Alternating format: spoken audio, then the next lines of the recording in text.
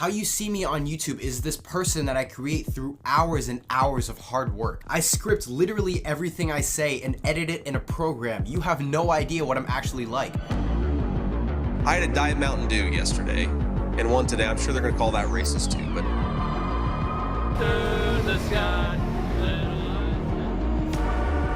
We were told that it's just what we're saying. We're not trying to leave white people out, right? Seeing her with another person, it's a lot, but I think it's something everybody should do. Oh! You know what? Whether a man is a man and a woman is a woman, or asking me to call a man a woman in a public forum, the answer is no. For a $10,000 suit. Republicans in West Virginia are simultaneously calling teachers groomers and voting down legislation that would prevent child marriage in their state. Do you think someone in their 20s should be able to marry a 15 or 16-year-old? If there was a marriage where the father consented and the daughter consented. Sneako doesn't get it. At first glance, Sneako might seem like just another far-right online personality, someone you'd lump in with the likes of Aiden Ross or Matt Walsh or one of the other idiots. Breathe air! You don't need a vape! But Sneako's case isn't that simple. Sneako is a 25-year-old content creator who regularly streams on Rumble. Now you're probably wondering, what the hell is Rumble? Well, it's a streaming site primarily for people who got kicked off of Twitch or YouTube for being a piece of shit. To find out what Sneako did, we must spin the wheel of what did that streamer get banned for.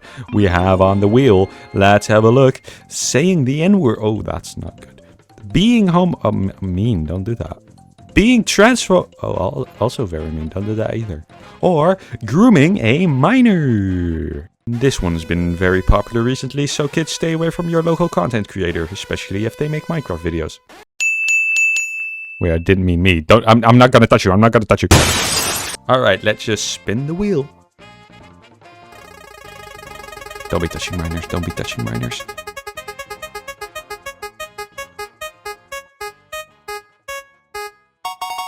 Let's go! It's being transphobic. Wait, that's also bad. Surprise, surprise. Sneako, a far-right content creator, was transphobic. Who saw that coming? Not me. See, I said that in a sarcastic tone because I did see that coming. The guy who thinks we should lower the age of consent thinks trans people are bad because the right believes that trans people want to touch kids. We traced the call. It's coming from inside the house. Do you hear me? It's coming from inside the house.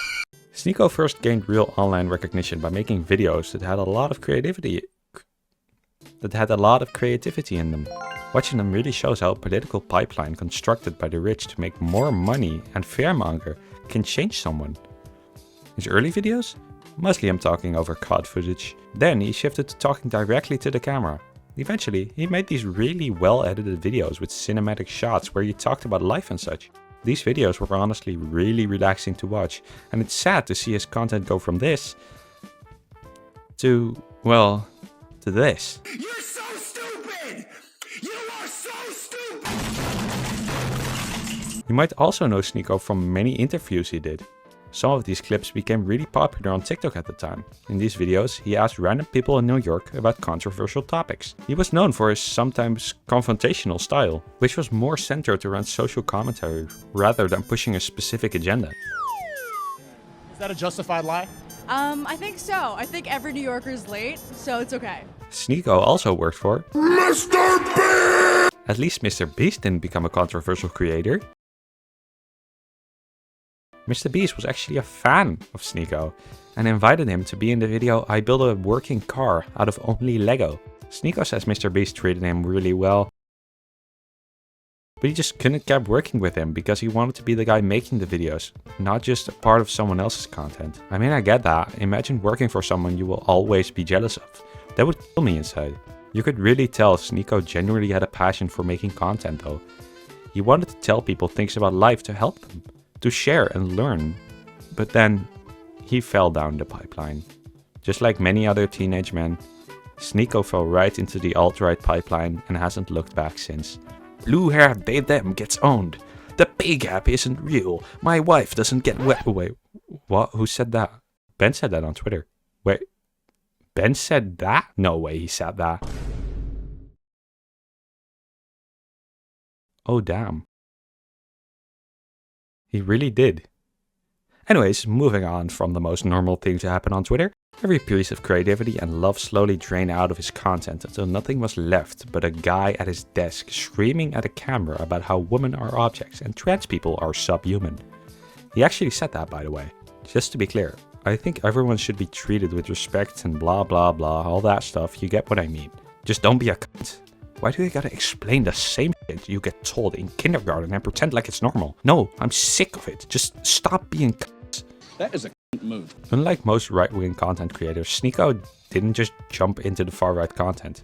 His shift was gradual, beginning with more controversial takes on feminism and red pill ideology before fully embracing the far-right talking points. His content began to mirror that of people like Andrew Tate. He knows my impression is spot on.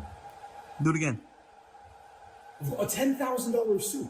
Focusing on masculinity, anti-feminism, transphobia, blah blah blah. After getting strikes and eventually banned off YouTube, Sneako moved to Rumble, where he no longer had to worry about moderation.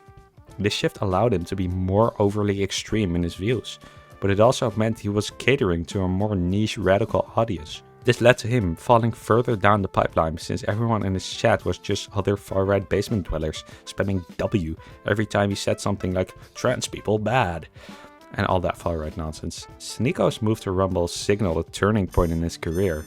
He fully embraced the far-right persona because he no longer had to worry about YouTube's content guidelines. Everyone following him on Rumble was far-right, and his entire chat was basically people who had fallen down the same pipeline as him. They were all at the bottom together. A man once said, "Tell me with whom you associate, and I will tell you who you are."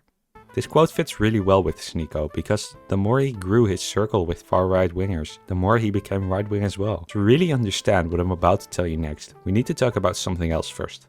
Not too long ago, it came out that former Fox News host Tucker Carlson, who publicly praised Trump in front of millions every single day, actually despises him in private.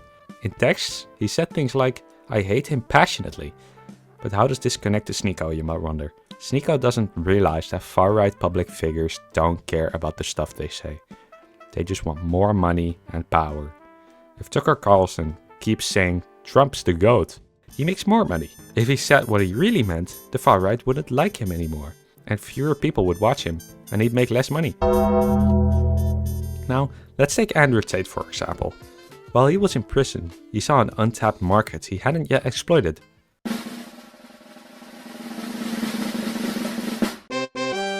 Religious people, suddenly talking about how he converted and all that. And wouldn't you know it, people fell for it right away. And he got exactly what he wanted. Muslims started supporting him like crazy at a moment when Andrew Tate's support online and popularity were at an all-time low. Of course, Andrew Tate doesn't really care about Islam, he just wants your money. He knows how easy it is to manipulate religious people. It was reported that when asked if he's actually Muslim, Tate responded, "Well, kind of, not really. I'm just kind of doing it because I'm in the United Arab Emirates." How do I say this? I don't know how to pronounce it. Don't make fun of me for not knowing how to pronounce it. Emirates?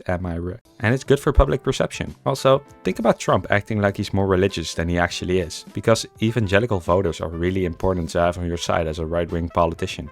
Or Dr. Disrespect getting cancelled for messaging a little girl and then going full anti-woke because he knows the only people who will still accept him, despite this behavior with kids, are the far right.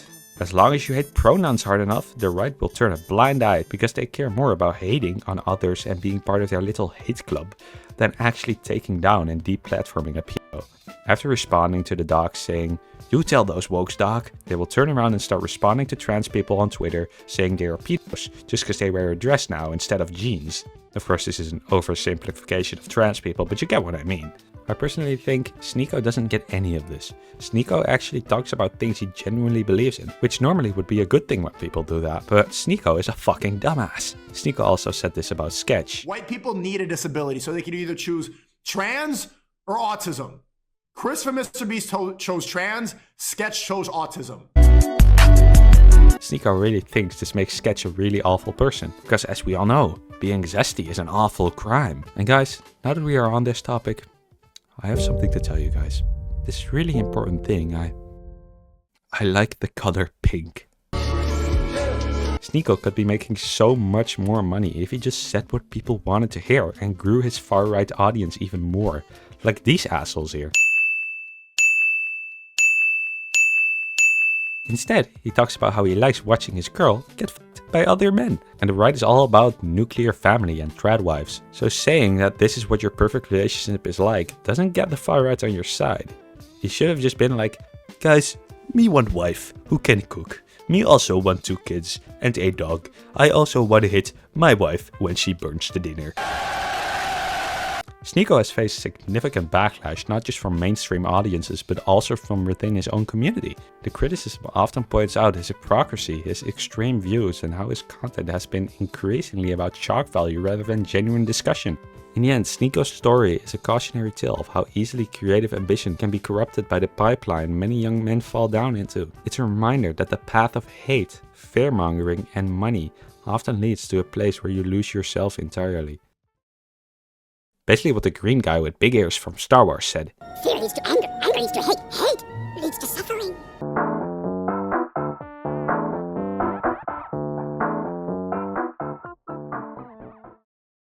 Smells like trash.